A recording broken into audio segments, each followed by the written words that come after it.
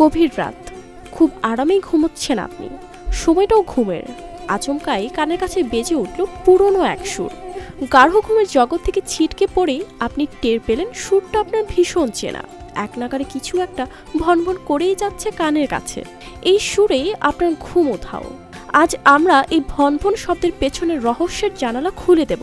শব্দটা যেমন বিরক্তিকর, তেমনি এটি প্রকৃতির এক অদ্ভুত বিজ্ঞানও বটে।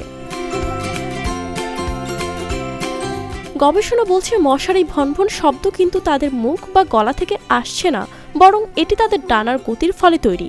একটি মশা প্রতি সেকেন্ডে তার ডানা ঝাপটায় 300 থেকে 600 বার। এই গতিতে বাতাসে তৈরি হয় কম্পন, যা আমাদের কাছে শোনা যায় বিরক্তিকর ভনভন শব্দ হিসেবে। তবে এই শব্দের পেছনে লুকিয়ে আছে তাদের জীবনচক্রের এক গুরুত্বপূর্ণ কারণ।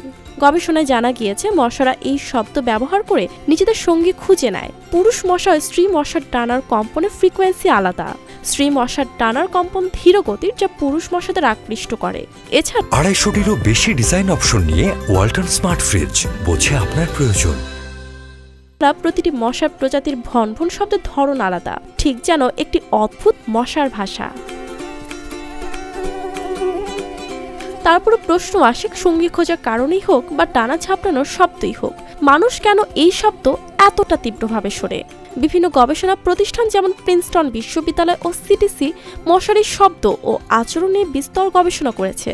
বাংলাদেশেও বিজ্ঞান চিন্তা মশার জীবনচক্র নিয়ে কাজ করেছে। তারা দেখিয়েছে মশা শুধু মানুষকে বিরক্ত করার জন্য এই শব্দ তৈরি করে না। রক্তের গন্ধ আছে এমন কিছুর কাছাকাছি এসে মশারা উঠতে পছন্দ করে, কারণ মশা জানে এইখানেই রক্ত পাওয়া যাবে। তবে এই ভনভন শব্দ প্রকৃতিতে তাদের টিকে থাকার একটি কৌশল, যা তাদের উঠতে সাহায্য করে, সঙ্গীর সাথে যোগাযোগ করতে দেয় এবং নিজেদের অস্তিত্ব জানান দেয়। কিন্তু আমাদের কাছে এটি ঘুমের শত্রু ছাড়া আর কিছুই নয়। তাহলে পরের বার যখন মশার ভনভন শব্দ শুনবেন, একবার ভেবে দেখবেন এই শব্দ শুধু বিরক্তিকর নয়, বরং প্রকৃতির এক আশ্চর্য জাদুও। লামিয়া তানজিন মাহমুদ, RTV।